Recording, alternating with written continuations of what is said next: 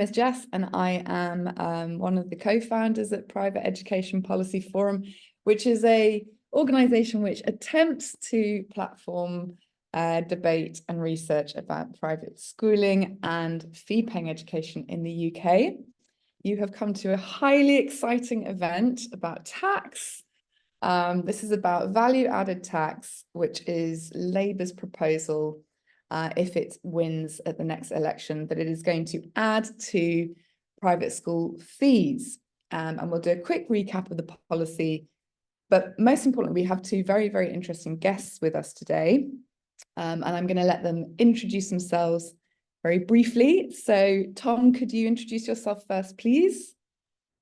Hi, I'm Tom Richmond. I'm the founder and director of EDSK. We're a small education think tank that's been doing lots of work on VAT on private school fees over the past year. Thank you very much, Tom. And Luke? My name's Luke Sibieta. I'm a research fellow at the Institute of Fiscal Studies, where I lead IFS's programme of work on education spending. We released a report in July last year looking at Labour's policy on putting VAT on private school fees. That's it. And I'm going to ask a bunch of questions and get Tom and Luke to talk to each other. I'm going to try and speak as slowly as possible. And I'm really sorry if within the space we have people who have a really brilliant, nerdy, granular level understanding of the policy proposed by Labour and people who are coming to it totally fresh. So I'm going to try and hit it somewhere in the middle. If it gets a bit slow, I'm sorry. If it goes too quickly, I'll try and slow it down. But I first of all want to say, honestly, to both Tom and Luke, thank you so much for the work that you have done on this. It's just incredible that we have people who will sit down and go through things that are really very, very boring in a lot of ways. And it's so important that politicians, when they make these kind of announcements, are held to account, or whatever source they're working off is properly scrutinised. And both of you and several other people have put in a lot of time and work trying to do those calculations. So thank you so much, because it makes for a better democracy and a less stupid society all around. I'm just going to do a quick recap of the policy. So Labour want to introduce tax, value-added tax. Very difficult to define really what it is. You know, the idea is it's sort of meant to be on luxury goods, but then as I've been Googling around and reading various blogs, it turns out that it's applied to, you know, washing up liquid and not gambling. So there doesn't seem to be much real rationality, rhyme or reason to VAT. But anyway, it involves having 20%, whatever the cost of something is, 20% of that is going to go to the exchequer in the form of VAT, value-added tax. So to really spell it out, say, for instance, a private school parent is paying £10,000 on a private school fee. The idea, at least, is that £2,000 of that would go back to the state's coffers, right? That's the basic idea. And as Labour is putting it, that £2,000 of a £10,000 fee is to narrow the gaps in opportunity and mobility for students in the state sector, right? So that's their argument. You may be slightly confused, having read headlines. They're not ending charitable status. It turns out they don't need to change they don't need to change private schools' charitable status, which about half of them have. They're classed as charities. They don't have to change that status to change the tax rules, so they're just not bothering, probably because it would be quite the legal headache. But as explained in both Tom's and Luke's report, Labour will exempt pupils at private schools who are there on an education, health and care plan, which is when you have a kind of statement of special educational needs. And there's various other little calculations. But that's what we're talking about. 20%, well, is it 20%? We will come on to that. 20% VAT on private school fees if Labour win the election. You might be interested to know that this was first proposed somewhere back in the 1980s under an old Labour manifesto. So it's been knocking around for a while. And with us today, we have Luke and Tom. Luke at the Institute for Fiscal Studies. That report is saying they estimate that the policy would raise about 1.3 to 1.5 billion a year. I think that's right, Luke. And EDSK are saying, whoa, hold your horses. It could be hundreds of millions of pounds, less than that. So we're going to discuss that. So yeah, let's start off. In truly like a really minute kind of, give me the main numbers of the end scenario each of you think is the most likely. So I think the top one is just how much money, in what window do you think the state sector would have more overall? And you can give a few things like the number of schools you think might shut or the number of pupils you think might move. And I know this is a bit of a moving window, but starting with you, Tom, what do you think per year are some of your key headline figures in your calculation from this policy? Well, you say calculation. It's quite interesting in the context of our report that we published in June last year. So this came out before Luke did all his really detailed analysis. So at EDSK, we published a paper called How Much Do You Think You Can Raise from Adding VAT to Independent School Fees? But what we actually did was interrogate the £1.6 billion a year figure that had been thrown around for many, many, many months by that point. So that the Labour Party had talked about it, other think tanks such as the Resolution Foundation had talked about it. So we just thought we'd ask a really basic question of, where did this number come from? Yeah. Where did this £1.6 billion a year come from? And so we just did some digging. No one else appeared to have done this digging up to that point, which I was quite surprised by.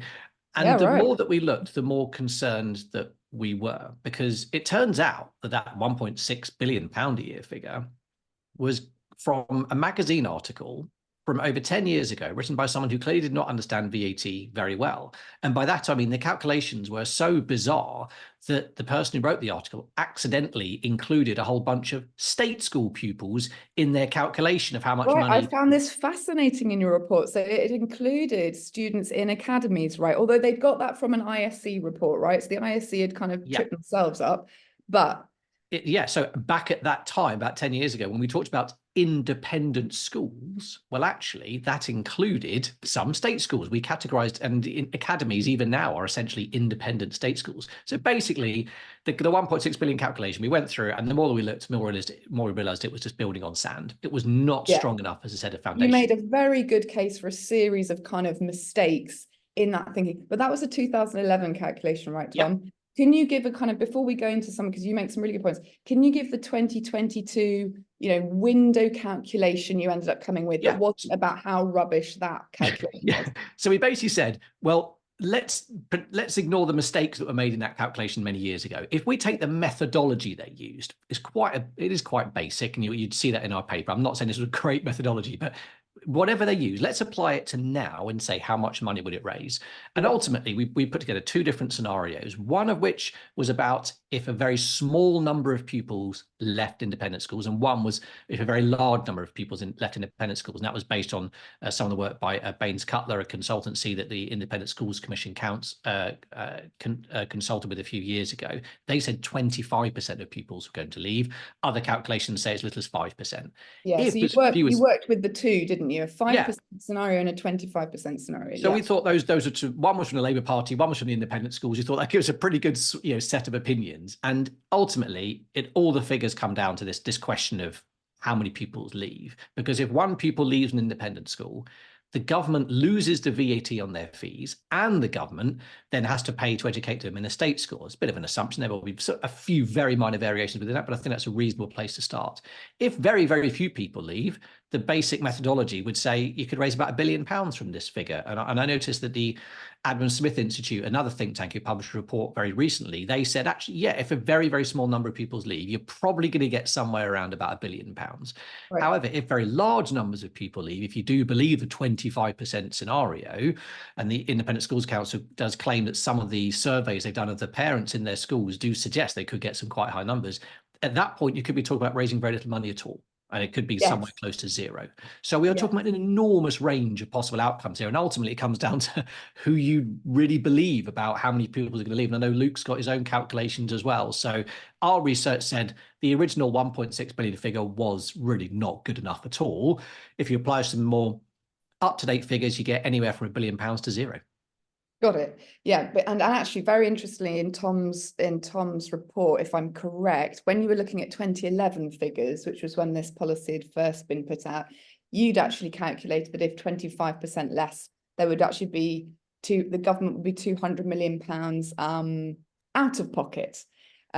That's right, isn't it, Tom? But if we take it to something like that, but if we take it to 2022, if I'm right, you calculated on say if 25% of pupils left the sector, which is a lot, and we will go on to whether that's realistic. But even if 25% of pupils left the sector, am I right that your estimation was about 19 million would be raised? Not zero, I didn't see that. Yeah, not quite zero, but in government accounting terms, pretty much close to zero. Sure. And just to lay out the kind of grounds of landscape of this debate, then what we're talking about is I guess is whether policy is worth it if it only raises 19 million, right? And that's sort of where we boil down to. Is it worth it if it only raises 19 million? So it's really interesting. Luke, what do you think about the well, let's take it on how you did your calculation, and then we'll come on to this specific 25% figure. So talk us through your calculation. Well, we start with the basis of what the total fee income is of all independent schools in the UK. And based on reports done by the Independent School Council, that's probably about £10 billion. There's a little bit of uncertainty, but 10 billion is about the right figure. And it's also a useful figure for doing maths in your head as well. So you then need to account for various exemptions and changes that would occur. So when you apply VAT to a product, you only apply it to the value that's added by that service or good. You want to remove and account for the fact that there's VAT paid on inputs into producing that goods and service. And just to be clear for everybody whose eyes are slightly glazing over, because I really had to make myself understand this, is it right, Luke, and Tom talks about this in his report as well, that once you are VAT deductible, once whatever you sell is VAT deductible, you can also claim VAT back on things that create that product, for one, yes, right? Absolutely. So good examples would be private schools who claim back VAT on investment in school buildings. They could claim it back on various services they purchase, and that's just the way that the VAT operates. And it's a very good way of operating a system. And so, actually, you could make a very, very good argument for at least having a revenue neutral VAT system whereby VAT of 5% was applied to private school fees, and they could have deductibility. I see. Okay. It just makes for a very, very good system. And so sorry to interrupt. Does this mean that we're not really talking about 20% VAT? Once you take out those deductions, I think in both your guys' reports, you're talking about 15%. Is really what you'd end up. Exactly. So it's likely that the net increase, the net rate of VAT would be about 15% on school fees, because they'd be able to deduct various inputs. That means that you could only the increase in fees would only ever really be about 15%. It would never be 20%, just because of the deductibility issue. So the question is, how much would a 15% net VAT rate raise on private school fees? And when you account for these deductions and the fact that Labour have made exemptions for fees paid for by local authorities, we think it will raise tax revenues of about £1.6 billion. And I should say it's coincidental that it's £1.6 billion as opposed to the 1.6 billion that Tom was referring to. Right. I agreed with Tom's analysis, kind of dissecting that old figure, which had a few holes, to put it mildly. Got it. And what numbers are you working on there, just so that we can look at your figure more closely? So are you what percentage of students you think are leaving under that scenario? And so it's kind of useful to build up the figure. So that's the kind of 1.6 billion gross tax revenue. Now, if the question is how much does that come down as individuals might leave the sector, and how sensitive is it to the level of departure from the private sector? And on tax revenues specifically, it's probably not that sensitive at all. because any money saved on paying private school fees would then be spent on other goods and services, either in the immediate sense or in the long term. And that's kind of a long-held feature of economic assumptions with regard to VAT, that total consumer expenditure doesn't change. Consumers would need to adjust their expenditure to pay for extra VAT. So that kind of is a hole in the tax revenue. But when you calculate the 1.6 billion, you can account for that as well. Right. And this is again, you know, this is just to sort of repeat it for everybody listening.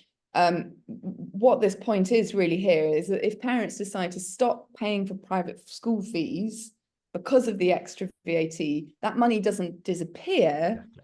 That would release spending on other goods and services, which would in turn generate extra VAT revenues, which would go back into the Treasury, which theoretically could then be spent on state schools if ministers.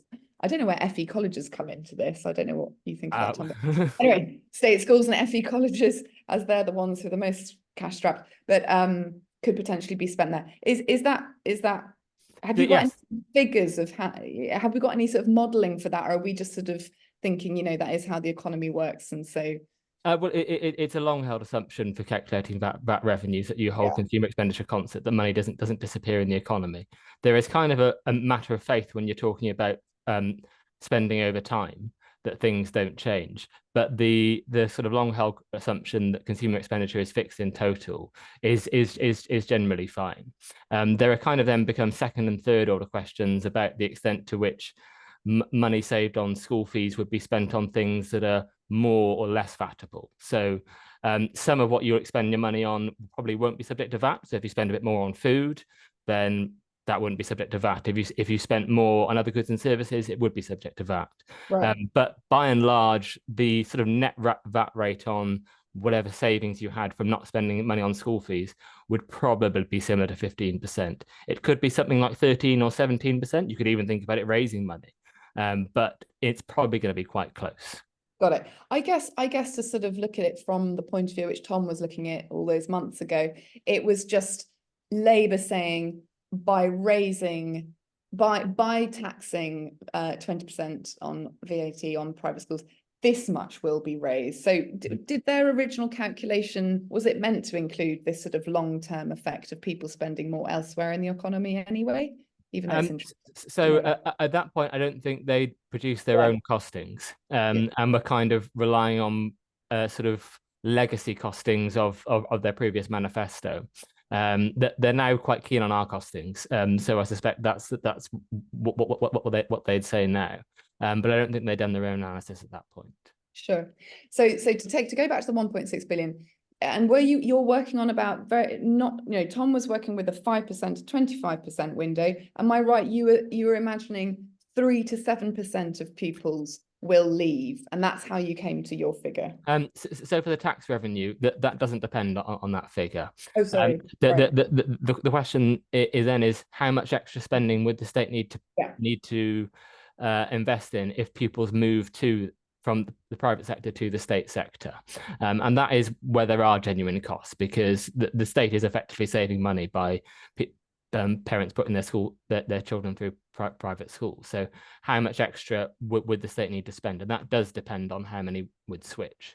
And so for doing that assumption, we looked at the evidence that exists on how fee increases affect choices at independent schools. And to be upfront, the evidence is pretty thin there. There are only two relatively robust papers looking at the effects of private school fees on private school attendance levels. One of them is for the UK, one of them is for the US. They both come to very similar conclusions that the effects of price are quite small. And so if you believe them, if you believe those and took that at face value, you'd probably have an effect of 3%. I think for calculating policy decisions and for calculating like your revenues, I think assuming it's 3% would be uncautious. And so we allowed for effects up to what we call the 95 or 99% confidence interval for those estimates. So the biggest effect you could have expected from those papers realistically, which is where we got to 7%. But it's Right. we're also quite upfront that it's also possible the effects could be larger than that. So our reasonable estimate is that it's 3 to 7%. And if you ask me to make a bet on it, that's where I put my money. But it's entirely possible that it could be larger. As we know, there's quite a high salience to this discussion and policy debate at the moment, and will be quite a high salience to parents. So it can engender a sort of question of, is this really the right choice for me and my family at the moment? So it's entirely possible that the effects could be slightly larger, but I don't think the effects on tax revenues or the public finances would be that much larger. So it's possible if there was an effect of, say, 15%, that the kind of extra tax revenues 50% of people leaving. Yeah, if the effect was about 15%, which is not impossible, I don't think it's likely, but it's not impossible. In that world, the policy probably raises about £1 billion. And when you're talking about overall tax revenues, £1 to £1.5 billion isn't that much difference in the context of the ginormous public finance problems at the moment. Got it. Just out of interest, this is a very nerdy question, Tom, but do you know if your calculation of 5% matches up with the IFS's calculation of 5%? Do you know what I mean? If you're just working on the same assumption, don't worry if you don't know. I mean, the 5% was just from the Labour Party manifesto, I think from 2017 or 2019. Like Luke said, there wasn't really a great amount of analysis provided within that. So we just took the working assumptions that were out there at the time. And of course, the IFS and Adam Smith have come in since then. So yeah, I don't think it was ever necessarily that deeply thought out at the time. Got it. But sorry, I wasn't very clear. So because Luke, what's your figure for if 5% of students leave? Is it 1 point, what is it, 1 point something billion? For five, I don't know it immediately, but I know it'll be about 1.45 billion would be my best guess. Got it. But under your model, Tom, you never get near £1 billion with 5%, right?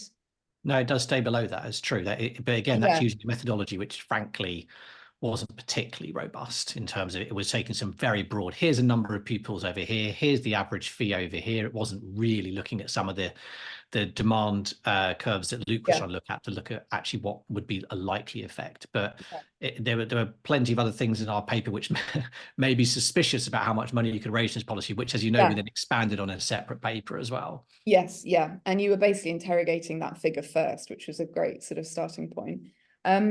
Just as a quick question I was thinking about, I was inevitably reading a blog by Sam Friedman, the education policy chap who used to be, like Tom, a former government advisor. And so on this question of whether, you know, we would lose the 7% block of students who historically, it's always stayed about 6 or 7% of students who go to private school in the UK. And to quote his blog, since 2003 to 4, fees have increased by 55% above inflation, but there's been no drop in numbers. In some years, we've seen fees jump by almost 10% with no drop off in that 7%. So although, you know, Luke, you're saying it could go as high as 15%, why should we have any reason to believe that 7% figure will change at all? We might just have some students leave, but surely they will be replaced by international students, etc., given the huge increases in fees over years, and that proportion always staying more or less the same. Yeah, I see where Sam's coming from. You could look back and say, well, it hasn't happened in the past, therefore it's not going to happen again. But I think I have some sympathy with the argument that what we as a country have been through over the last 2 or 3 years does not match the world that we saw in the 2000s in terms of economic growth, in terms of living standards, in terms of manageable inflation. What we are doing here is trying to predict a situation where pretty much every family in the country, with very few exceptions, have been absolutely hammered financially. I just don't think we know. I genuinely just don't think we know how, you know, 7% doesn't sound very big, but across, you know, an entire country, that is still a very large number of families. I just don't think we know what those tipping points are going to be for those individual families. I think it's fair to say that some families who send their kids to independent schools will still be able to afford it.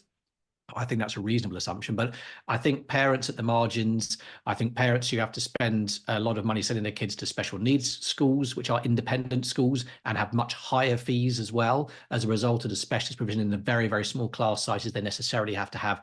I don't think it's very wise to say it was fine in the past, so it's going to be fine in the future. I think that's too bold a prediction. I think that probably sounds fair enough in a lot of ways. For those smaller schools with parents really inched out in terms of affording those fees in those smaller schools. So I wonder whether the question is that the 7% proportion won't change, but it will be a replacement potentially of who goes by perhaps wealthier parents, because we obviously know that as a lot of people get poorer, there is a small proportion of people who often also get richer. So is your concern that actually we know that international students have increased within private schools over years as those fees have gone up?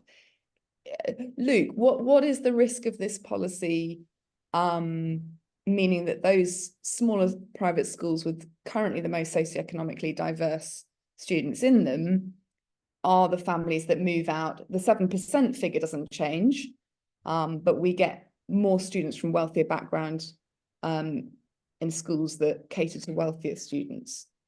So I think there's a lot of interesting cases, a lot of uncertainty, and I think Tom's right that there's a need for a lot of caution here. But I think you can make the arguments in a number of different directions here, actually. And so on, say, for example, small private schools with large numbers of people with special educational needs, I think you could probably make the argument that those parents probably wouldn't change their behavior all that much, because they're picking they've already made a decision to have a very different sort of education for their child, and in some cases do give up a lot of resources in order to pay for that. That's kind of what we think was being quite inelastic from an economic point of view. It's a choice they've made as a family, and I suspect they would stick to it and wouldn't change all that much. Right. But you could also make the argument that you were making just now, that these are families who are perhaps slightly less well off and might be more susceptible to changes. But the issue you mentioned that's also quite interesting is the international students, because and I had this perception before I started looking at this issue, is that there are large numbers of international students at private schools in the UK, and it's not true. It's about 5-6% of the intake each year, and hasn't changed all that much over the last 15-20 years. Is that right? So I take that. I was ready to write saying it's increased from like 5-20% over the last 20 years.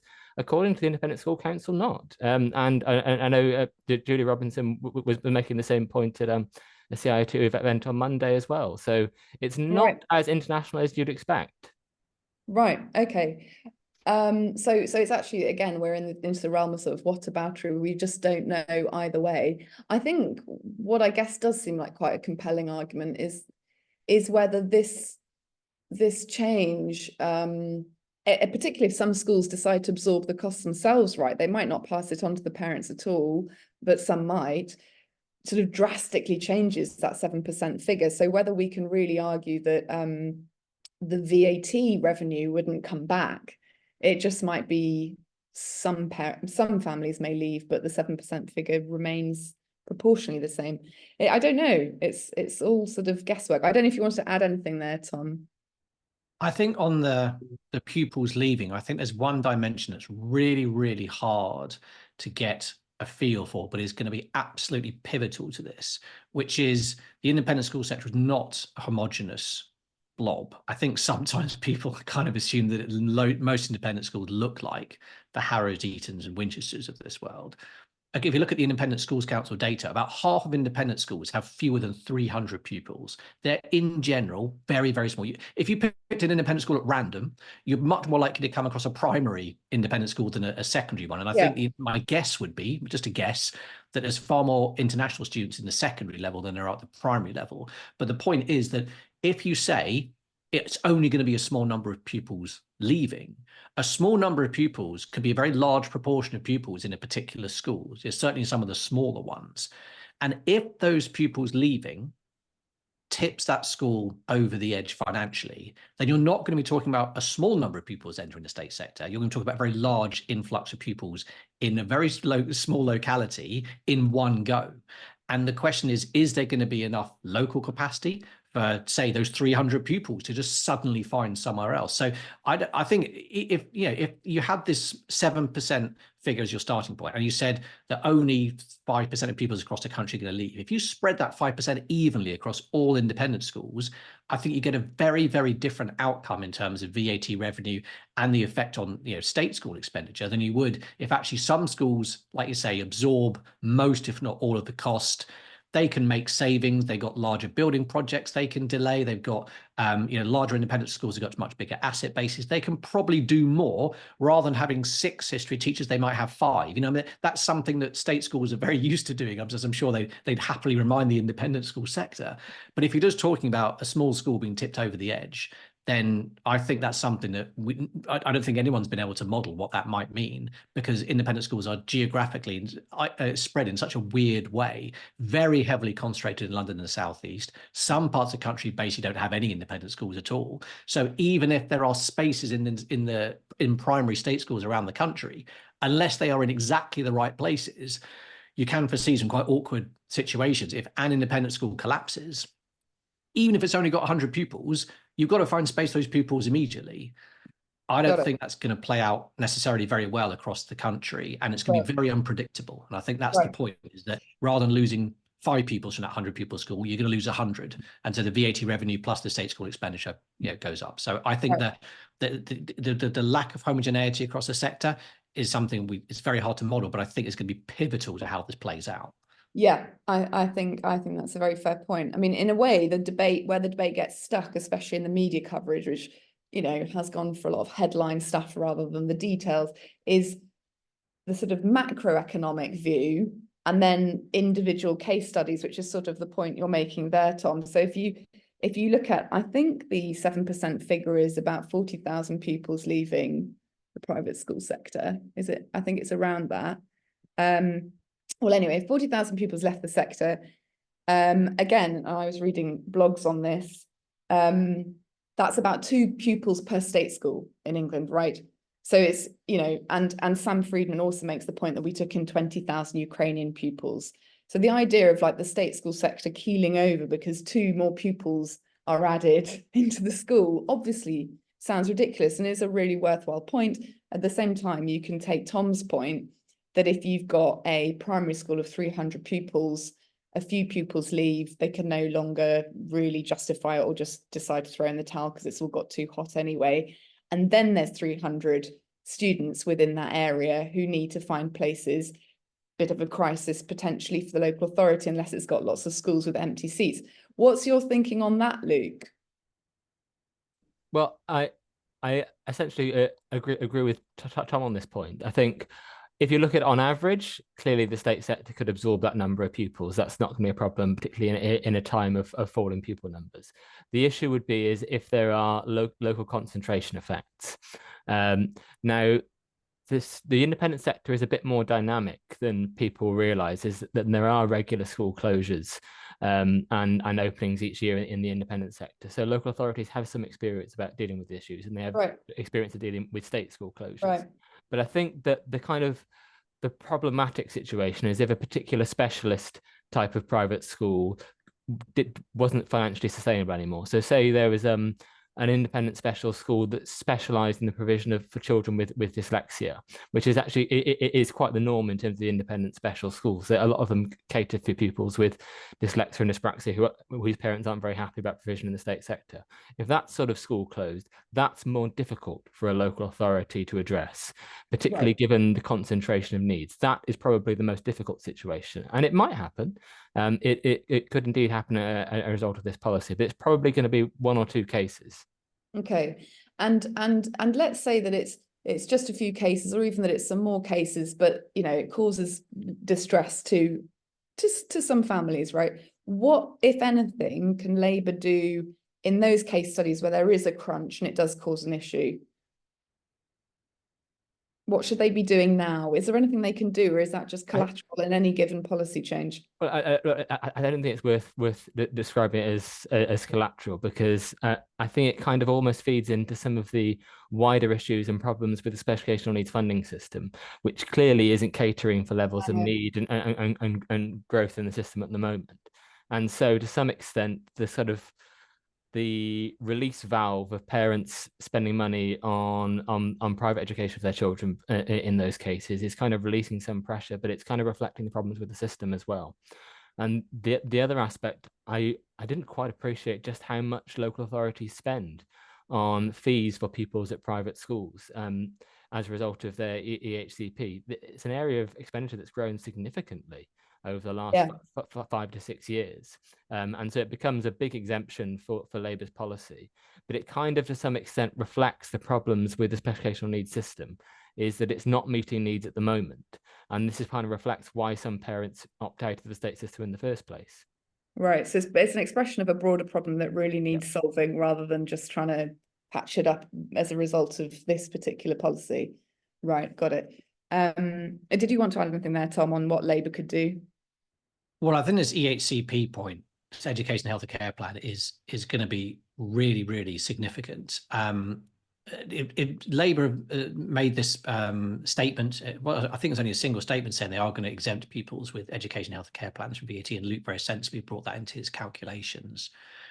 But the follow-up report that we did at EDSK in March this year, where we looked at the obstacles, the potential legal and sort of financial obstacles to adding VAT to school fees, the special needs stuff is really, really important, because although I think it's very well intentioned to say we don't want to put VAT on the fees of pupils with education, health and care plans, what that means is you could have a situation at an independent school where one child in the classroom doesn't have to pay VAT on their fees because they have an education, health and care plan. But another child in that same classroom, possibly sitting next to them, has had VAT added onto their fees because they don't have an education, health and care plan.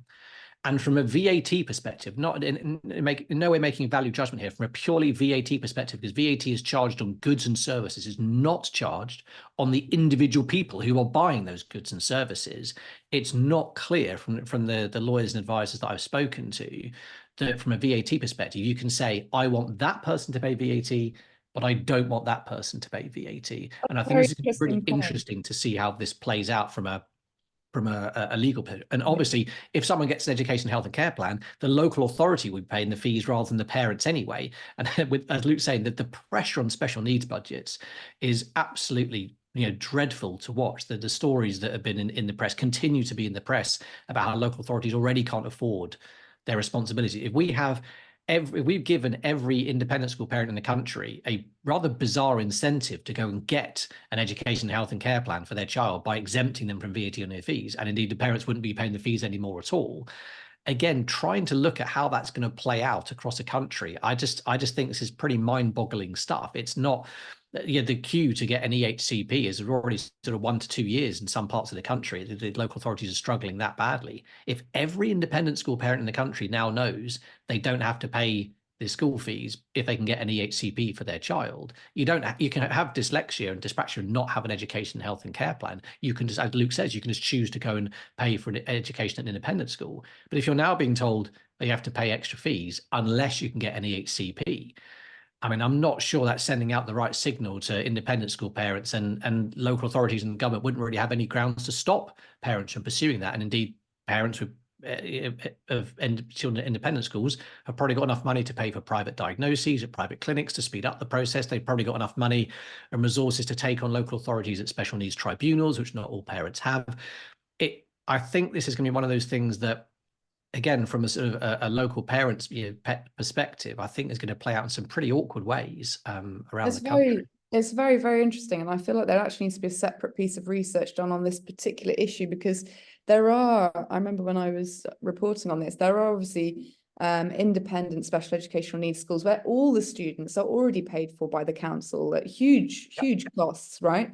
And everybody there is on an EHCP. So that wouldn't change, because they're already, all of those parents already don't pay. I can't remember the figure of students in private schools, in mainstream private schools, in non-specialist private schools who have an EHCP, because obviously you can't just, it will be a pain for them to all request one, but you can't just claim your child has No, you especially. can't claim it. You would have to go through the process, but again, and I don't know how high it is. I'm pretty sure it's much higher in the state sector on average. Yeah, it's about, I think the Independent Schools Council census says they've got about 7,000 pupils who've got EHCPs already, but they claim, I think, over 100,000 kids who have special needs, but don't necessarily have an EHCP. Right. So you could be talking about something like 100,000 sets of parents around the country who now go, well, I could pay VAT on fees, or I could chase down an education, health and care plan for my child. And again, it's those kind of incentives that trying to map how that's going to play out across the country is extremely difficult. And it's a very interesting point. So Tom comes with both a legal question about, can you actually legally say this person has fees on theirs, but this person doesn't? And then secondly, just logistically, how will councils manage it? I've no idea, Luke, if that's something that you've looked at the IFS, or is that just an agreement? We really need some research on this so that Labour, are a bit better informed. So I agree with Tom. It's a very difficult area, and I strongly suspect it'll be a arena for debate if this policy comes in, and it's kind of one of my sort of concerns if this were to happen. So Labour are being relatively sensible in terms of policy development, because the exemption would only pay if the local authority is required to pay the fees for their EHCP. And so that kind of creates some very natural rationing and a kind of fallback position for local authorities in terms of the exemption and their ability to afford private school fees for EHCP pupils. But I strongly suspect there will be parents who are willing to pay for legal advice and for litigation to try and ensure that their child's EHCP mentions and requires a place in an independent school. I don't doubt that would happen. I'm not sure it would be a very large number of the pupils, because I think it'd be very difficult to do that for pupils with dyslexia and dyspraxia, but I'm sure it would increase. And I'm sure there's an incentive to it as well. Yeah. And I mean, really, if you step back, it's all just an argument for much, much, much more funding to go to councils. It's absurd that there's already a 1 to 3 year waiting list, and it shouldn't be completely catastrophic that, maybe 100,000 parents need to now inquire whether their child should have an EHCP, and that we're unable to deliver that service as a country, right? So I guess one of the arguments from the other side is just, should we shoot a policy that is placing VAT on a sector that most of the country can't afford in order to give more funding to the sector that most people use, because we've also underfunded councils, if that's sort of, you can see it from both sides, can't you? And just a couple more things. So I really want to let people kind of come in. Just one more kind of boring logistical thing that Tom rightly raised, and I don't know whether it was your report, Tom, that led Labour to say this, but there was also the thing about, well, can parents pay now, pay the fees now, pay up front, and then they'll avoid the VAT down the line when it comes in under Labour? And Bridget Phillipson has come back and said, no, you won't be able to do that. We will still be applying VAT on anything that is paying for a service that is happening when we make the tax change. And I think she referred to George Osborne's changes around this, that he also got VAT on stuff beginning in 2011, even if it had been paid earlier, as long as it was about something being paid for in 2011. I hope that made sense to people. Basically, parents can't dodge the fee by paying all of their fees up front. They can't dodge the tax by paying all their fees up front now.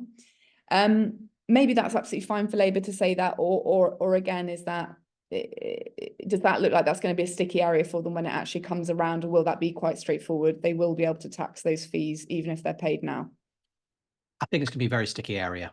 So I've spoken to lots of people about this. It's a really interesting, it's been one of the most high profile issues in this whole debate, certainly in recent months. Can parents avoid paying VAT on your fees if they pay the fees in advance?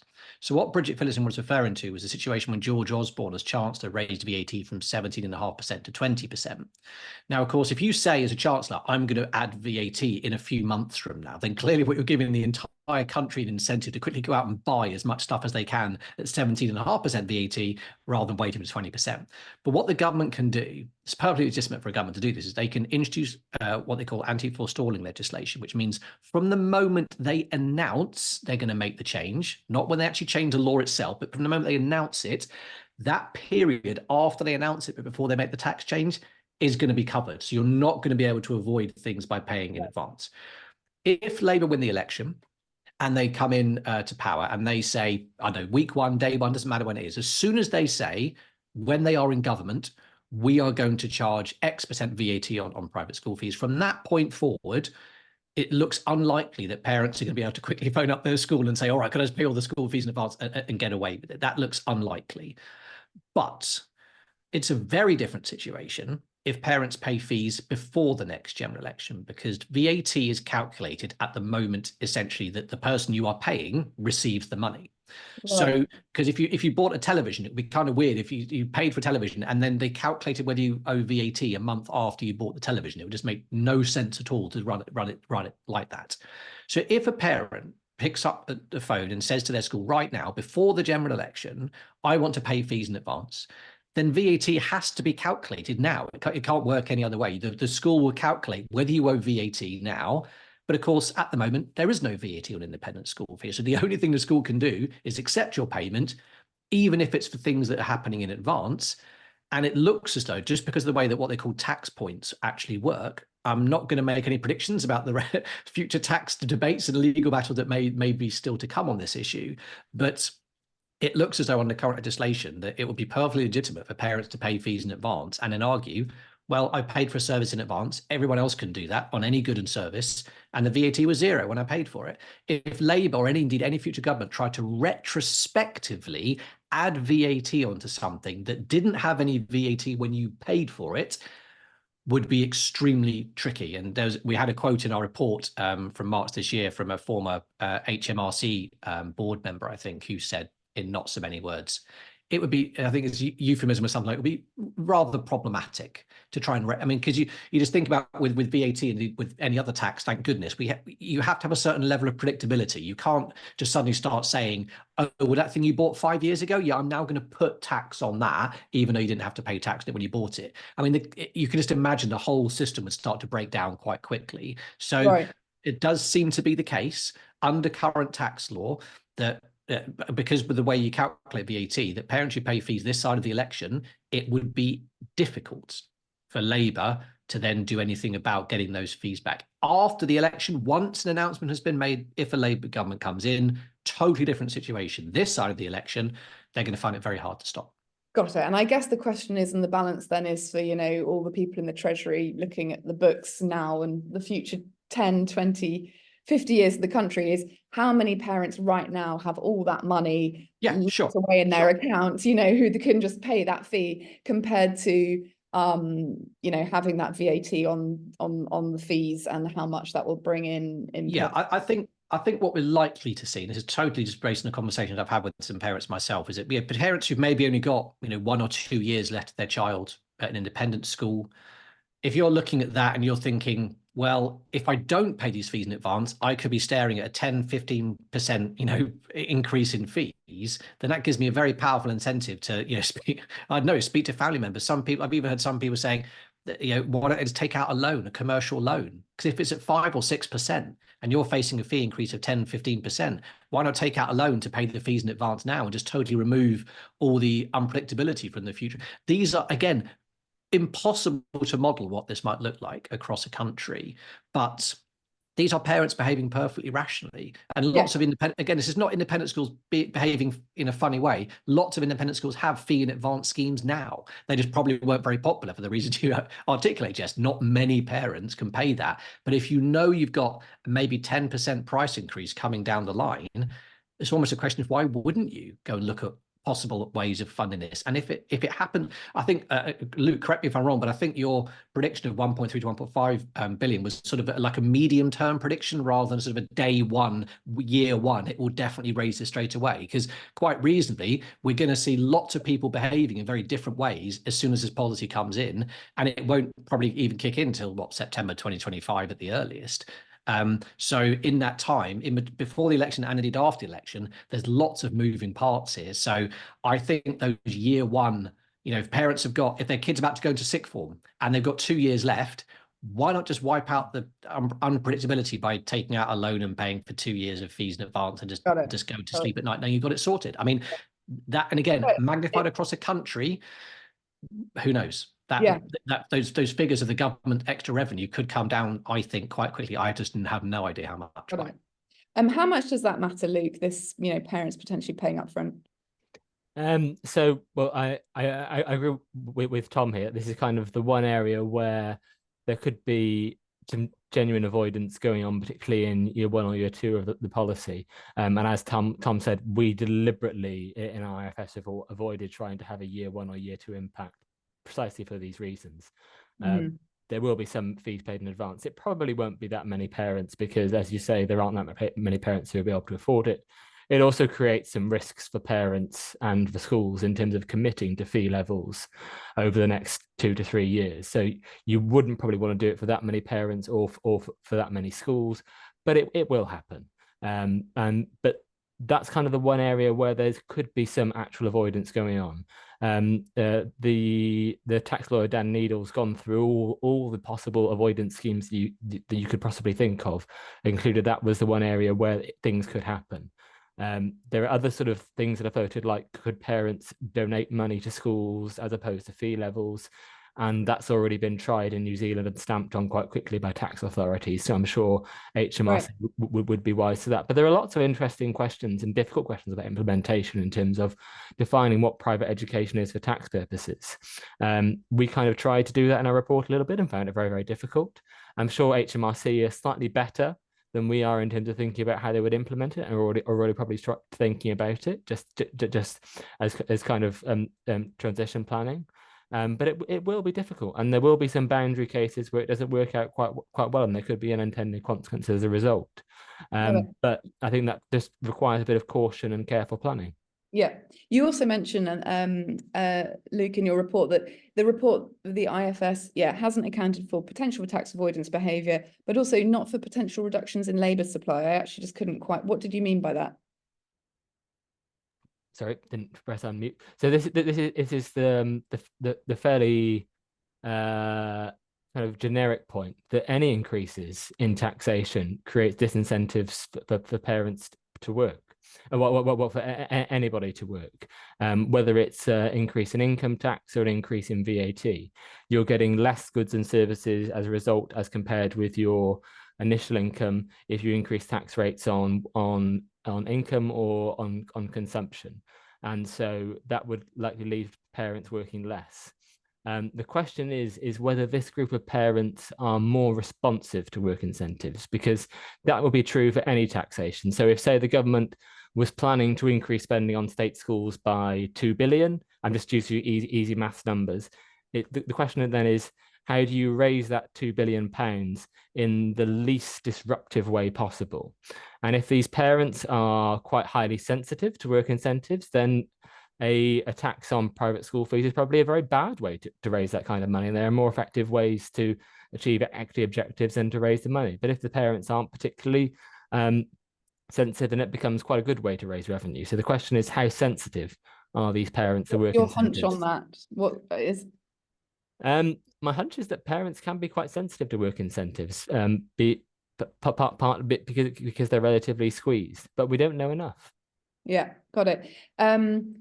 And I guess what's really interesting about this debate is maybe somebody in the audience can ask what you thought of the media coverage. So I'm going to let it go over now. But it's a lot of the figures that have been thrown around as a way to either support or completely tear down Labour's proposal.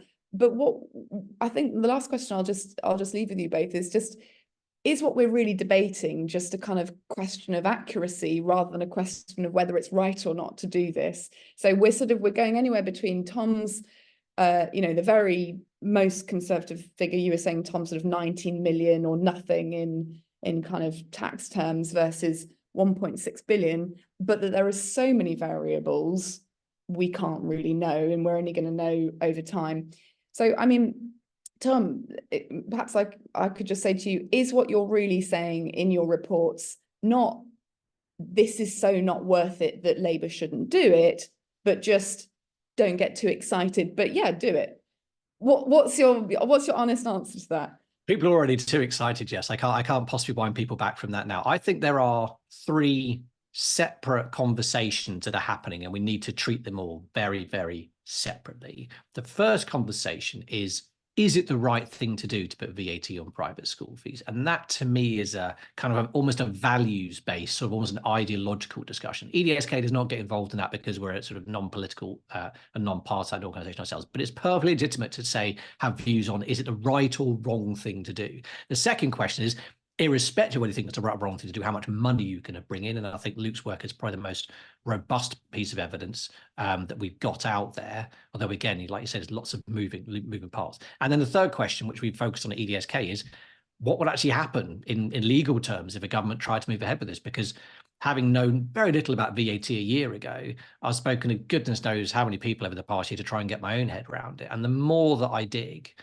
and indeed, it was our entire recent paper on the obstacles to adding VAT onto independent school fees just makes me think that this is going to be a lot harder to implement in practice than it sounds like it would in theory. Saying add 20% onto independent school fees sounds so straightforward because we have 20% VAT on so many things out there. How could it possibly be difficult to put 20% VAT on school fees? I think from the research that I've done that the reality will be a lot more complicated than it sounds, because VAT is just so complicated. I couldn't believe how complicated it is. Yeah, and I totally believe you. And I guess then it comes back to basically you have to admit that at some point you're making a values judgment as to whether or not it's worth the level of complication required. I mean, I found out the other day that HMRC managed to collect 95% of their taxes, but the 5% of tax they're owed is worth 36 billion. And couldn't we do a lot with 36 billion? And a former civil servant said to me, yes, but it would cost so much less than 36 billion to find out where that 36 billion is. So even if it would take flipping years to close all the loopholes and do it, we should do it.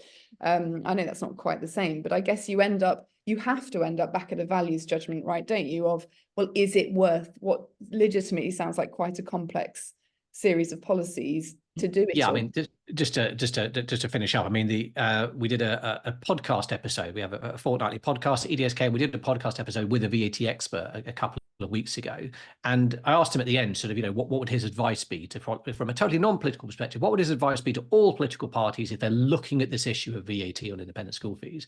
And one of the points he made, I paraphrase slightly, one of the points he made was, to whoever's going to be the person writing the legislation to put VAT in independent school fees, good luck to you, because it's just going to be so complicated. VAT is not even just the education bit of VAT that's going to be impacted. It's going to be other sections of VAT legislation which don't even mention independent schools. When looking at boarding schools, when looking at childcare, when looking at after school club.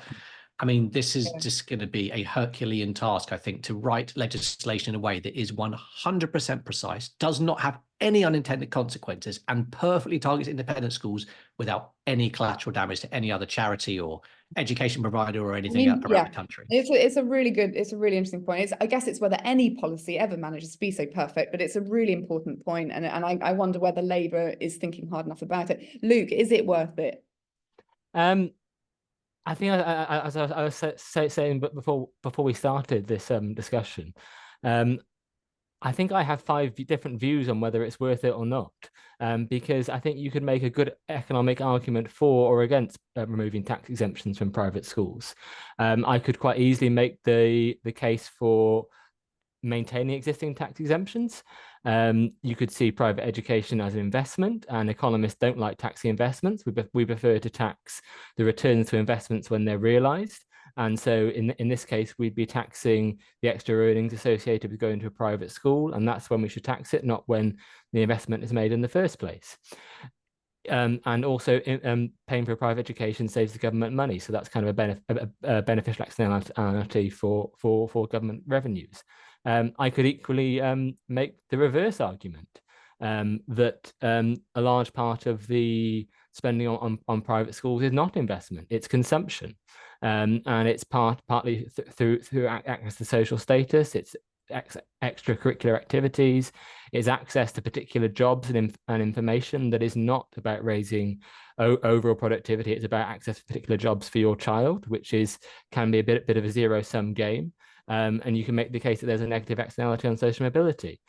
I don't know where I personally stand on that. I think you can make a very good case either way. I think the kind of the interesting aspect of this, and it's one Sam Friedman often makes, is that we have a public finance problem, and this is one area where we can raise taxation, and where the public is accepting of it. So to some extent, from a pragmatic policymaker point of view, why wouldn't you do that? The other kind of viewpoint is, and this kind of goes back to the complexities, is that as an economist, I generally favor putting VAT on absolutely everything. I've become quite unpopular when I talk to anyone when I'm in favor of putting VAT on food and children's clothing. But a simple VAT system that had VAT on absolutely everything would be a much simpler system without any need for complicated legislation. And it's what New Zealand does. And it ends up raising more money in the long run. And it means that you can achieve equity objectives better through other policies, such as changes in higher rate taxation or through benefits policy. It would be a lot easier if we just applied that to absolutely everything. How interesting. How interesting. So that is a potential other. Can you imagine the headlines if that happened? But if New Zealand's doing it, that's really fascinating.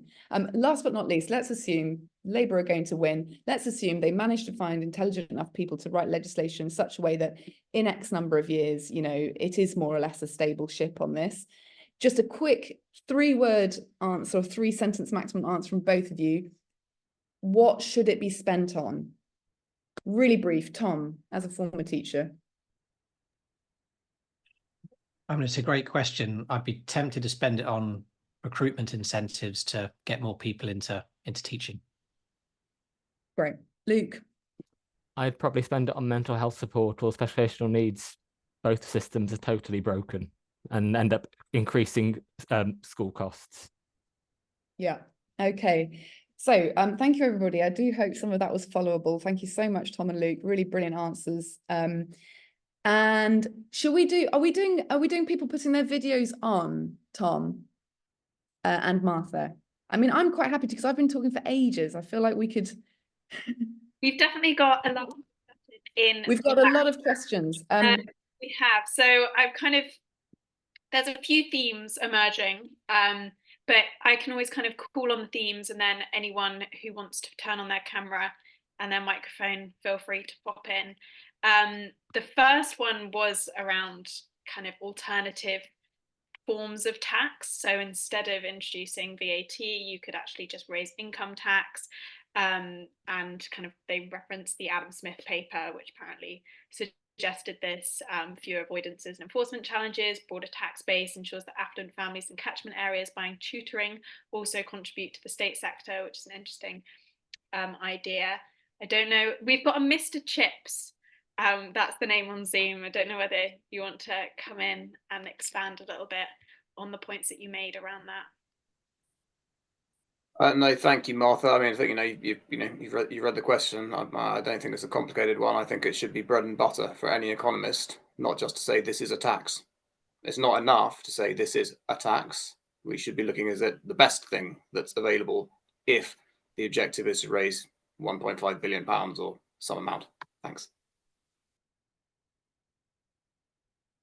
Who wants to take that? I'm more than happy to take questions on optimal tax theory, and it kind of continues the point I was making. There are certainly more efficient ways to raise extra levels of tax revenues, and one would be a much simpler VAT system in the first place. And there are very easy ways to simplify the income tax system and the capital gain system that could raise revenue. Unfortunately, we have a set of policymakers who aren't at the moment considering very sensible reforms to the tax system that could raise revenue and reduce tax distortions in very meaningful ways. It's almost kind of separate to this point on raising fees on private schools. That then comes back to the question of whether you should raise fees raise VAT on private school fees. And as I said, I think that you could make a fairly strong case for or against it. And that doesn't say, and it would probably raise revenue, but it doesn't mean mean you should do that. Yeah, just on the tutoring point, I think that's a really interesting one in particular, because at the moment, if you get a private tutor, you don't pay VAT on that either. And so there's a question from Alexander a little bit further down. Sorry, Martha, for jumping a little bit ahead on a list of questions, but he was saying he wasn't convinced that actually if you did leave independent school that you would start spending money on VAT-able goods. And this is a point that we made, I think it's the only part of Luke's paper where I sort of raised an eyebrow at it slightly, where about this. And again, like I said, it's a much wider economic assumption that the VAT revenue would stay the same if pupils left independent school, they'd spend it on something else. But just from the parents that I've been speaking to over the last goodness knows how many months now, and indeed to some of the schools themselves, if a parent did leave, if they had to leave a private school because they couldn't afford the fees anymore with VAT being added onto them, my best guess is that they would spend their first port of call for spending that money would be to spend it on private tutors. A lot of parents spending money on private tutors now. I mean, it's not a new thing at all. But if independent school parents did start spending money on private tutors, then I think it's possible that some of that VAT wouldn't necessarily materialize. And again, I cannot put a figure on what that might sort of do to the actual finances of this whole policy. But I think one of the things that struck me was that even if the money does it disappears from private school fees, we don't get the VAT there, but we do get the VAT on something else over here. Even if that does happen, from a political perspective, it's going to be very hard for a politician to say, oh, it's okay because I've raised this much money from independent school fees. If it disappears into the general VAT pot, I'm not going to be able to draw that out and as a politician say, this is how much money I raised. If someone does a FOI request in the future and say, how much money did you raise from independent schools? And it turns out all those school fees have disappeared and parents have spent the money on private tutors instead, then that overall figure for VAT on independent school fees could look a lot lower than it actually might be if you look at the government revenue as a whole. So yeah, I think knowing what parents are going to do, I'm not going to predict what every parent in the country is going to do if they dropped out of independent schools. But I think, spending money on private tutors, spending money on books, they're spending money on extra mortgage payments, or like Luke said, maybe it just reduces work incentives. They're not paying for fees anymore, so maybe they just work less. I mean, just trying to work out what that means at a government policy level, I don't think we really know. But I think it's going to be really interesting to see how those parents do react if they have to drop out. The answer does seem to be VAT on everything, doesn't it? Be on my pay grade, that one, but it's an interesting thing, for sure. Martha. So I'm not sure that it does mean VAT on everything. I mean, what I heard from Luke is that you take everything that's in sort of Labour's tax platform as read, and here we are talking about sort of one bit of it, and it's one bit of it sort of that's seen in the round. And to me it's very clear that if you have a choice between two taxes, one of which is highly contentious, highly uncertain, as you've both said, in sort of various ways, and the Adam Smith paper has pointed to even greater uncertainty and many more unintended consequences. You need new legislation. We've heard from Tom how difficult it's going to be to design, to implement, to avoid, to enforce. Well, there are plenty of avoidance opportunities in fraudulent charges. It seems very odd not to look for simpler ways using existing tax platforms. And that would, Alex will come here, and that would mean less than 0.5% of income tax at, so instead of 20.5, that would more than cover the expected maximum intake from VAT. So we're talking about 0.25 maybe as a break even. I think one of the interesting things in this is that Labour is sort of really putting their hands up and saying this is about a type of unfairness. So one of the things that that this also comes with, which isn't spoken about, is private schools will also be paying full business rates to councils, which they currently don't, also because of their charitable status. And this is all in the light of that state schools don't pay those business rates. And I don't know exactly how VAT in academies work, but I think it's one of the things that really sticks in people's noses is that a sector which has a sort of £16,000 per year average fee now is classed as a charity, and that is linked to its VAT and to not currently paying business rates, whereas state schools... I can help you a bit with that, Jess, because state schools and academies get to reclaim VAT on purchases, although they don't charge VAT on, well, obviously on non-existent sales to the government. So that's I believe if you were to do that analysis, I think that's about twice as generous as the business rates exemption on a per pupil basis. Right, and I guess the difference is just that academies are entirely free for anybody who wants to go, right? And that's I think that's partly why we have the sort of, what is it, like 64% of the public backing it, is the feeling that they can't access this thing that has tax breaks.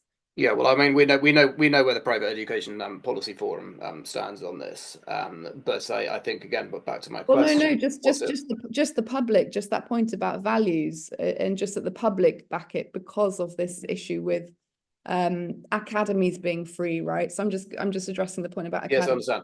No, I do understand, and of course, what never features in the narrative is that state schools, top state schools, some of the best schools in the world are also accessed by quote unquote the rich, and it doesn't seem to be the responsibility of those particular rich people to although they're receiving their very, very good education at the taxpayers' expense, it doesn't seem to be the responsibility of those rich people to pay for the problems elsewhere in the state system, which seems odd. So if we're going to do fairness, let's do fairness. Yeah, absolutely. We won't get into this too much here. I guess it's that you can, even if you're rich, if you're poor, you can still attend that school. But so Tony, what were you? How does that work? How can you attend a catchment area school if you're poor? Sorry. If it's 15% on average, catchment areas houses cost 15% more than average schools. It's a huge problem. Yeah, I used to investigate it at Schools Week. It's a huge problem. It basically needs housing policy to come in as well, and then we're on to council housing, sell off of council housing, etc. So it's multiple kind of system issues. Yeah. One more point about fairness. I think it's an important point. In our school, 13% of pupils are on bursaries, up to 100%. Do we think that these bursaries will stay if parents have to pay additional, 15-20%? How is that reducing inequality? If in our particular school, and I'm very happy with this policy, 13% of pupils are on up to 100% bursaries. It's a very good question. I was actually going to put that to Luke and Tom about what we think might happen to bursaries. Yeah, I mean, again, really good question. Understandably, independent schools don't want to have to talk about it right now because the policy doesn't exist, but they will when they're thinking about what their response is going to be. About half of independent schools are charities, so they do have obligations under the Charities Act to provide a level of support, albeit it is rather a token effort in terms of legislation itself, but they do have to provide some support, but there is no legal minimum for that. So a school that is currently very generous in terms of subsidies, it is entirely possible they will look at those subsidies again and say, if we are going to try and absorb the costs and we don't want to pass it all on to parents, that some of those bursaries and scholarships may be reduced. And again, there'll be no mechanism for the government to sort of intervene in that regard. It will just be a decision for that school to make. I haven't seen any good evidence on exactly what the scale of that might be. And again, different schools will be in very different positions in terms of what they can absorb.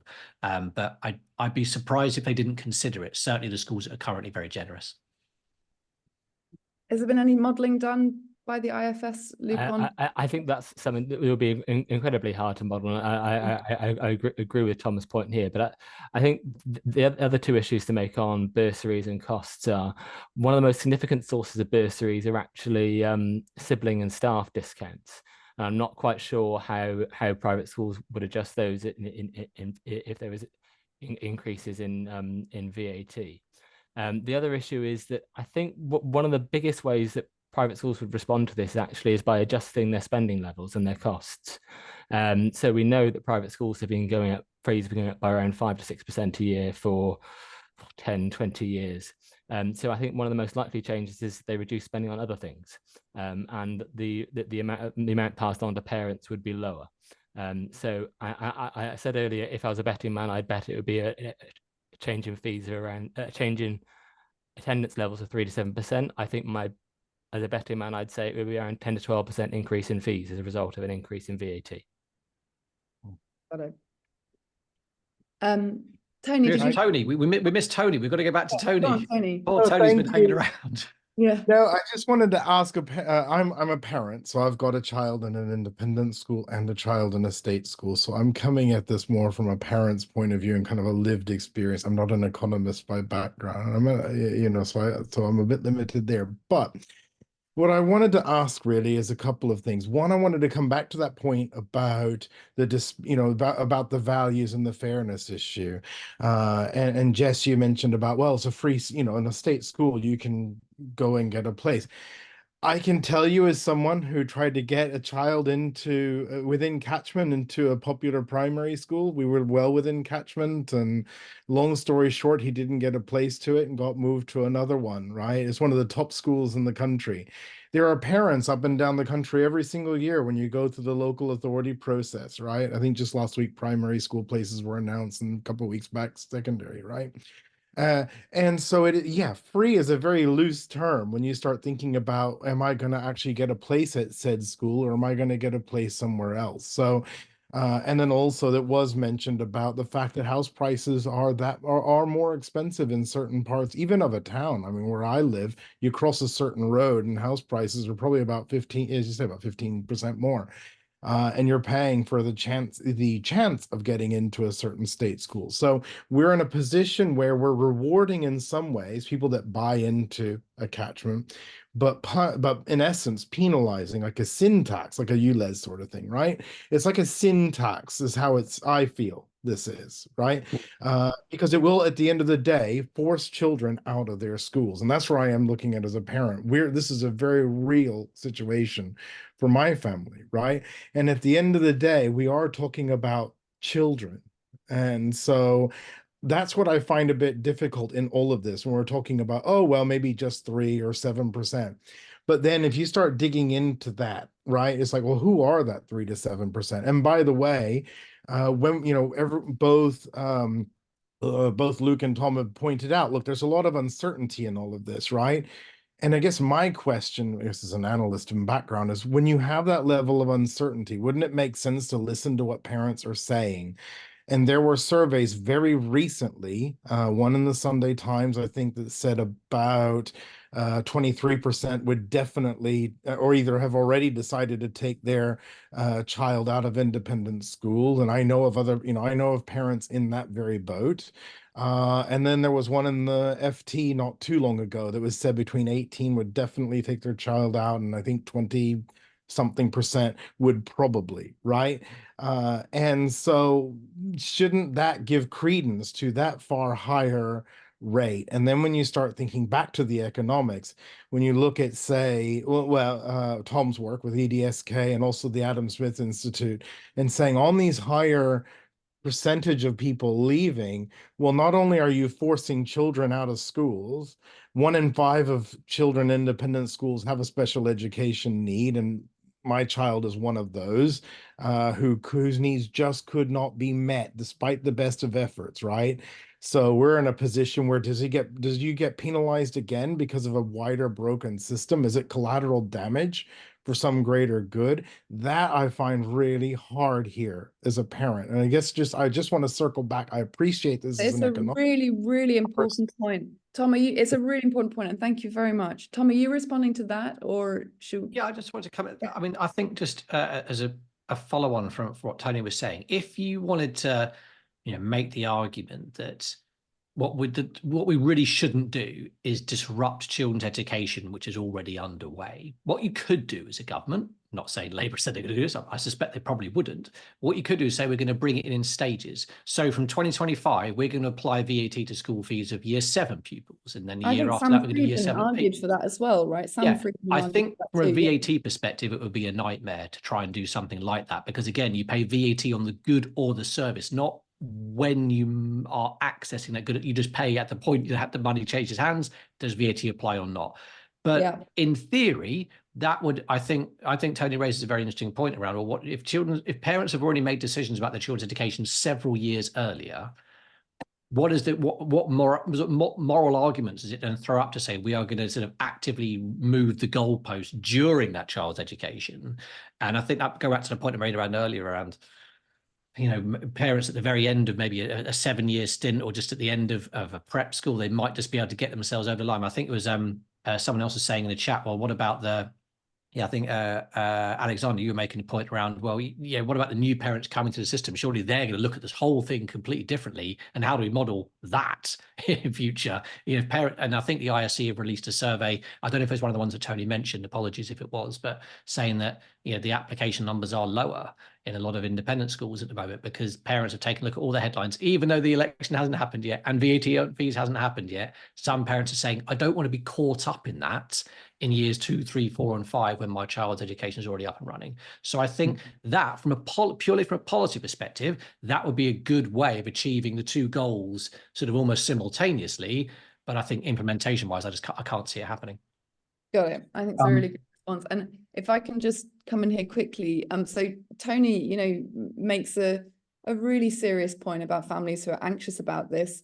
I guess, and I'm only saying this as one of the things that PEPF does, is we compile loads of news. We compile the month's news every month, so that anyone who wants to can go into this section of our website and just see what the headlines were that month.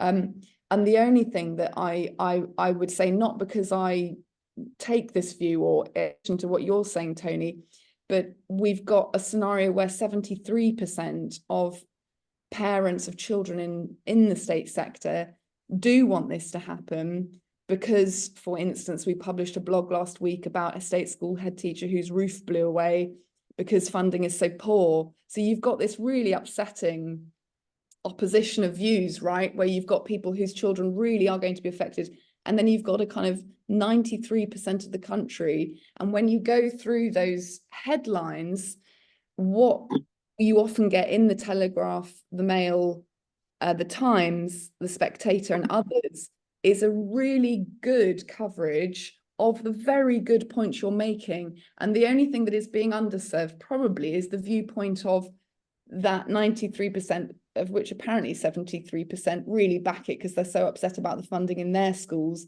The thing that I think has concerned me in this debate is a slightly skewed media coverage of it, unless you read The Guardian, you know. I don't know if I don't think, I'm sorry, Jeff, but I mean, this is the point that, again, you sorry, know, sorry, Mr. Chip, sorry, do you mind just putting, because we've got a line of people who, I'm not trying to shut you down, do you mind if we just go to Abigail, because she just had her hand up? Sorry. Sure, please do. Just Yeah. you've spoken a couple of times, sorry. But please, somebody do come back on me. I'm just presenting the point about parents being upset on both sides. Abigail. Hi, thanks so much. Sorry, I haven't got my camera on. I've got children running around. It's not my best time of the evening. I just wanted to ask a question about the SEN front. I know a few people have brought it up. I've actually had a little bit of a look at the SEN data, which is really interesting. So firstly, what's interesting is that the Labour is currently saying that they would exempt children with EHCPs, but not generally SEN children, even if those SEN children are in a special school. And I've looked at the special school data, and you know, there doesn't seem to be a loophole. Nobody goes to a special school unless they have special educational needs. But in addition, even in the mainstream private independent schools, on average, and in an awful lot of them enormously, there is a much higher number of special educational needs children without EHCPs than in state schools. And interestingly, that hasn't been the case until fairly recently. Back in 2015, when they started recording this, it wasn't the case, and that number has gradually increased. And then there was a sudden huge increase since the pandemic.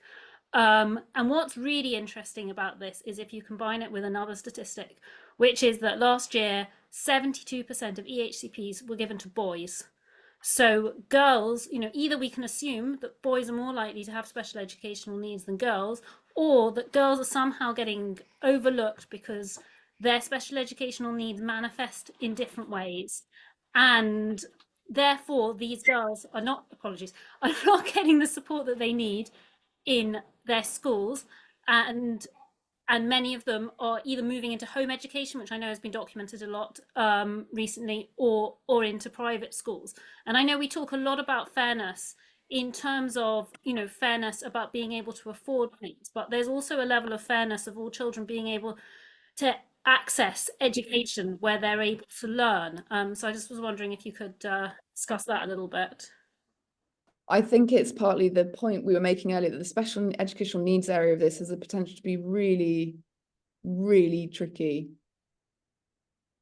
It is, yeah. I was just looking up on my computer a really good article that Schools Week, shameless plug for Jess's former employer, but they just did a great piece on this VAT issue, and they found that in special schools there are still some pupils who don't have education, health, and care plans.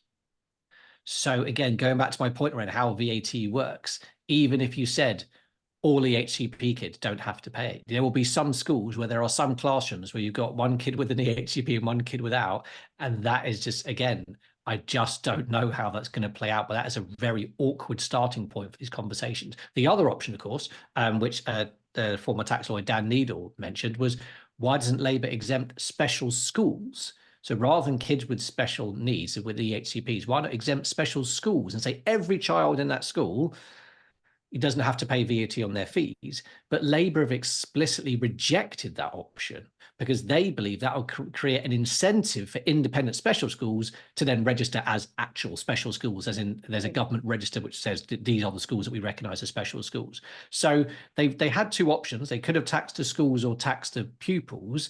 They've gone for the latter. We don't know how that's going to play out, and we don't know whether they may rethink that as, you know, if they try and implement this policy sort of moving forward. But again, I think it's very, very risky to, you know, to make any generalizations about one type of school has this type of kid or another type of school has that type of kid, or independent schools that aren't, they do special needs, like Luke was saying, just, you know, language and communication needs, and have nothing to do with some of the kids who have, say, physical disabilities. So as we all know, SEND is an enormous, you know, collection of different learning and difficulties and disabilities. I think it's going to be just from a purely writing new. I think people often forget that VAT is underpinned by laws. Taxes have laws behind them. You cannot just say as a politician, I want to do X or I want to do Y. You've got to find a set of words which write this into legislation. I think Labour could probably do with one of the think tanks here or others doing a specific research report specifically on this. Let's. Sorry, I just wanted to add two things. One, if anyone is interested in it, I've done all the research. I can be in contact afterwards. And secondly, I just want to say that the question that I asked, I feel like if I asked that question to a Labour politician, they'd say to me, well, yes, of course, that's why we're doing the policy. We want to invest in special educational needs. And they're right. But at the same time, they're right for 10, 20 years' time. And what we have is we've got a generation of children who have been completely traumatized over the last few years. The children who are in secondary school now are all still recovering from COVID, and nobody talks about it. Nobody reflects on it. And no one is discussing the actual impact that this policy will have on children, whether they're wealthy or not wealthy, who have, you know, suffered in their education more than any other generation of children. Yeah, I guess so that we don't cause everybody complete stress. I think the thing at the moment is we really don't know how many schools would close. But I think we all take the point that there's going to be some really upsetting scenarios playing out in schools that would close. It would be foolish not to say so. And it's matching that against an awful lot of other factors. But, you know, I'm not Labour. They've got to do some real research on this. Tony, did you want to say one more thing? And I'm conscious we're taking people over than we said we would. I want to just say one thing back to the point you made about the surveys, which I absolutely appreciate. I guess there are 2 points I want to make very quickly. Number one is, if this loses money, how is that helping the school with the fallen roof, right? So, and there are models that are suggesting that this could actually end up costing the government money to do. Number two is those surveys. I'd like to know what percentage of people support other measures, such as reintroducing the 45p tax rate, which is due to go, or what you call the banker's bonus cap. If the criterion here is what do people support most, I want to know what this is in light of those. That's right? very interesting. I have not seen the studies to it. And again, I think I would like to come back to, if we're going to look at, improving equity of education, which I do understand, then how do we do this without also looking at grammar schools and other areas where there are huge disparities? You look at places like Buckinghamshire, right, where there's high grammar schools and then inequities there. So how do we look at this in isolation of that? I think that's a really good the second point is brilliant. Can I just check with Luke? Luke, is Luke still here? Have we lost him because we are rambling on? Yes, you are, Luke. We're not rambling, we're answering very important points, but unfortunately they cover such a range of things we don't have answers. Luke, is there a model that has a good evidence base to show that the government would lose money on this? I think it's very unlikely the government would lose money on this, but based on the model analysis we've done, the government would likely raise about £1 to £1.5 billion through it, whatever happened through behavioural change. The more important question is this a good policy? Is this the right thing to do? Is it right to tax private education? And as I said, I think I have about 5 views on whether that is the right thing to do or not. I think you could make a spirited case for the fact that this is an investment good and we shouldn't be taxing parents at that point in time. I think you could make an also spirited argument that there's a large consumption aspect of private education and some of it could be damaging to social mobility. Got it. But from my perspective, those are the arguments the way you should be judging whether this is a good policy or not whether it raises revenue, because it will raise revenue. The question is whether it's a good way to raise revenue, and I don't know the answer to that.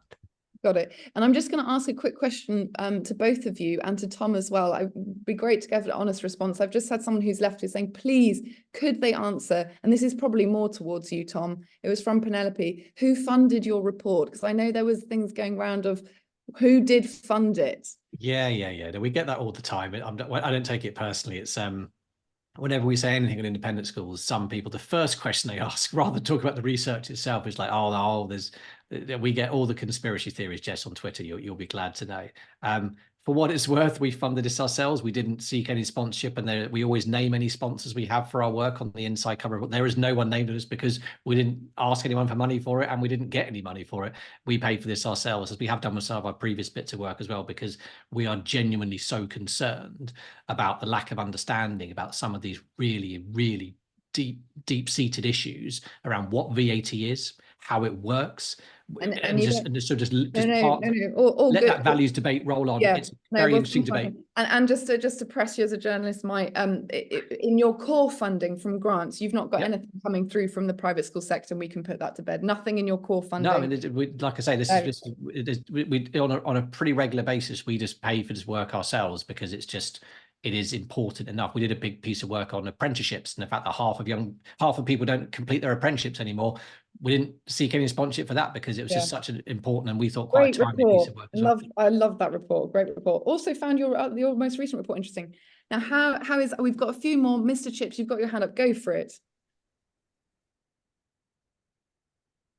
Yeah, so thank you. So look, I mean, first of all, at the risk of sounding like a broken record, it needs to be, the best tax. It's not sufficient to say it is a tax. And you've rightly made the point that people are concerned about the state of state schools, which I absolutely agree with, and I personally share that concern very, very, very strongly. I don't think you can point to sort of the great sort of public support of 74% when they've just been subjected to years and years of Labour rhetoric saying that the best way to solve state schools is by making public schools making private schools more expensive, more exclusive, and harming them. I can see why that generates that sort of reaction. I think that's an influenced vote.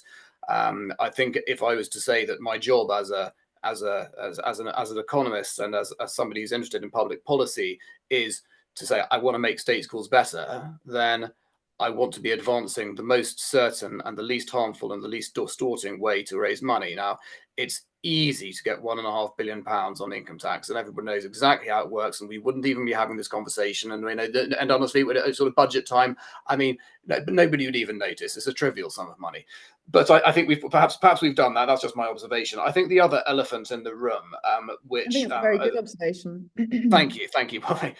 My observation to my question to to Luke is, I think the elephant that remains in the room is the unintended consequence of the Adam Smith Institute gave some sort of publicity to the question, and the very, very brave assumption that you've made that you apply a tax whose cost is over a lifetime some tens of thousands of pounds, and then if a parent then sort of quits paying school fees, and therefore the income effect and their permanent income effect for their lifetime is hundreds of thousands of pounds, that they'll still all just turn up to work the next day and do the same work and pay the same tax they were doing before. So as the Adam Smith report says, and it wasn't remotely committal on this subject, it was very clear that this was sort of speculative. But if a bunch of higher earners say, look, I'm not at state school. I mean, school's free now. That's hundreds of thousands of pounds I no longer need to earn. It doesn't take very many of them to say, actually, I choose leisure. I choose family time. I choose to catch up with the chores, do some DIY, do lots of the things that more affluent state school parents who are more cash rich are able to do. It doesn't take very many of those ex-private school parents to make that decision before the taxpayer, Rachel Reeves, whoever, is in the red to several hundreds of millions of pounds. And that seems to be a sort of quite a sort of significant thing that we should be talking about. As a private school parent, the routine conversation that for anybody is small talk. How's work? Pays the bills. How's work? Pays the bill. Well, for a private school parents, at the margin, how's work? Pays the school fees. Dual income, 5 days a week, quite a lot of stress. Dual income, paying the school fees. You take away the school fees, an awful lot of people, and I do speak from personal experience, people are going to take away the work, and that's a massive issue for the fiscal consequences of this tax. So, Luke, I mean, you told us that there is there's a long-standing assumption that you take you change VAT rates and sort of nothing changes and parents' income stays the same. Now, my belief is that research hinges on things like sunscreen and books, where the expenditures involved are trivial in context of almost anybody's lifetime income. We're talking about something very different here, and I'm interested if there's any evidence to support your assumption that parents leaving private school responds to that income effect by going and spending money on fast cars and restaurants, and therefore paying lots of lovely VAT. But very interesting. Thank you. Go on, Luke. Sure. So our assumptions are based on very standard economic theory that money doesn't disappear from the economy, and neither does productivity. Sorry, that can't be right. I mean, if people withdraw labour in preference for leisure, then surely they're not earning money. We have the highest economically inactive population ever in this country, so surely that's not true. Let's let Luke answer, and then we must let people go because people have evenings. But let's let Luke answer. It's a really interesting point. So we make the standard assumption that the long-term economic supply of the country is largely shaped by the level of productivity and by people's labour supply choices, and those probably won't be affected that much at all by this policy. People's behaviour is very sticky, and that's kind of what we've seen through lots of other tax policy changes as well. Very interesting.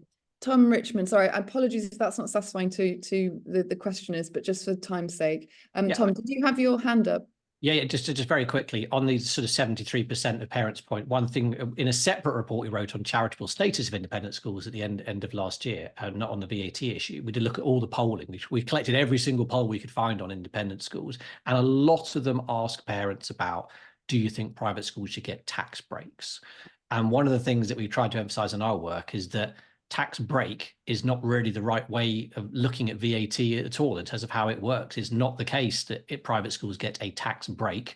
They have the same exemption from paying VAT that lots of other education providers do as well. So the language around this, I think, is very important. If it makes it sound like someone's getting something they don't deserve, that's very different from saying, well, they're getting what every other school and college and university and charitable education provider gets as well. And I think that may drive some of the high poll numbers that we get. I haven't seen a comparison of like versus other policies. Tony's point was a really interesting one. I have seen that for other things, but I haven't seen independent school fees that are put necessarily up against other things. But I think is it a fair question to ask there, Tom, that the public are also, you know, not stupid enough not to realise that a lot of those other education institutions are at least free at the point of access, even though you may I mean, but then I guess you'd look at things like universities, wouldn't you, who of course are independent institutions who charge fees and people make a choice to go to them, and rich kids tend to go more than poor kids, and you go, hold on a second, doesn't that sound awfully familiar in the context of an independent school debate?